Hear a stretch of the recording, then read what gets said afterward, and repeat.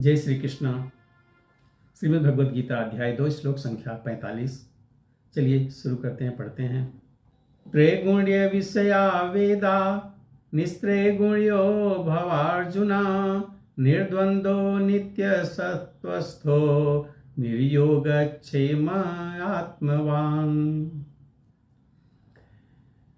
त्रैगुण्य प्राकृतिक, तीनों प्रकृति में तीन गुण हैं, रजोगुण, तमोगुण, सतोगुण, ये तीन गुण हैं। और वेदों में मुख्यतः प्रकृति के इन्हीं तीनों गुणों का वर्णन हुआ है। तो कह रहे हैं कि त्रैगुणा विषया वेदा, तीन गुण जो हैं ये मुख्यतः प्रकृति के तीन गुण हैं। और निस्त्रय गुणयो भवार्जुना, हे अर्जुन, इन तीन गुणों से ऊपर उठो। कैसे उठ सकेंगे जब प्रकृति, वेदों में तीन ही गुण हैं और तीन गुणों से भगवान ऊपर उठने के लिए कह रहे हैं, तो क्या है जिसके द्वारा वो तीन गुणों से ऊपर उठ सकते हैं। निर्द्वंदो नित्य सत्वस्थो निर्योग क्षेम आत्मवान। इन तीनों गुणों से ऊपर उठो, समस्त द्वैतों और लाभ तथा सुरक्षा की सारी चिंताओं से मुक्त होकर आत्मपरायण बनो। जब तुम आत्मपरायण बनोगे तो समस्त द्वैत और लाभ तथा सुरक्षा की सारी चिंताओं से आप मुक्त हो जाओगे। या तो सारी चिंताओं से मुक्त होकर के आत्मपरायण बनो, या आत्मपरायण बनकर इन सारी चिंताओं से मुक्त हो सकते हो। अब जैसा भी उचित पड़े, आत्मपरायण बनते हो तो उसमें भी कृष्ण भावनामृत की ही कृपा है। जब उसमें आपका मन होगा तो आत्मपरायण बनोगे और समस्त द्वैत और लाभ तथा सुरक्षा की सारी चिंताओं से आप मुक्त हो सकोगे। अथवा इन सारी चिंताओं से मुक्त होगे तो आत्मपरायण बनोगे। ठीक है, मुझे लगता है कि समझ में आया होगा। फिर भी थोड़ा सा और इसको हम समझ लेते हैं। सारे भौतिक कार्यों में प्रकृति की ने तीन गुणों की क्रियाएं तथा प्रतिक्रियाएं बताई हैं। सारे भौतिक कार्यों में प्रकृति के तीनों गुणों की क्रियाएं तथा प्रतिक्रियाएं निहित होती हैं।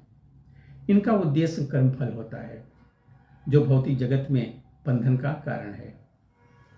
वेदों में मुख्यतया सकाम कर्मों का वर्णन है, जिससे सामान्य जन क्रमशः इंद्रिय तृप्ति के क्षेत्र से उठकर आध्यात्मिक धरातल पर पहुंच सके। कृष्ण अपने शिष्य का तथा मित्र के रूप में अर्जुन को सलाह देते हैं कि वह वेदांत दर्शन के आध्यात्मिक पद तक ऊपर उठे, जिसका प्रारंभ ब्रह्म जिज्ञासा अथवा परम आध्यात्मिकता पर प्रश्नों से होता है। इस भौतिक जगत के सारे प्राणी अपने अस्तित्व के लिए कठिन संघर्ष करते रहते हैं। उनके लिए भगवान ने इस भौतिक जगत की सृष्टि के पश्चात वैदिक ज्ञान प्रदान किया, जो जीवन यापन तथा भवबंधन से छूटने का उपदेश देता है। जब इंद्रिय तृप्ति के कार्य तथा कर्मकांड समाप्त हो जाते हैं तो उपनिषदों के रूप में भगवत साक्षात्कार का अवसर प्रदान किया जाता है। ये उपनिषद विभिन्न वेदों के अंश हैं, उसी प्रकार जैसे भगवत गीता पंचम वेद महाभारत का एक अंग है। उपनिषदों से आध्यात्मिक जीवन का शुभारंभ होता है। जब तक भौतिक शरीर का अस्तित्व है तब तक भौतिक गुणों की क्रियाएं प्रतिक्रियाएं होती रहती हैं।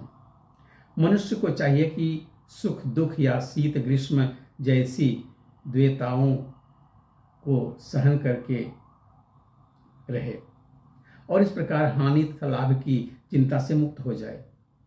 जब मनुष्य कृष्ण की इच्छा पर पूर्णतः आश्रित रहता है तो यह दिव्य अवस्था प्राप्त होती है।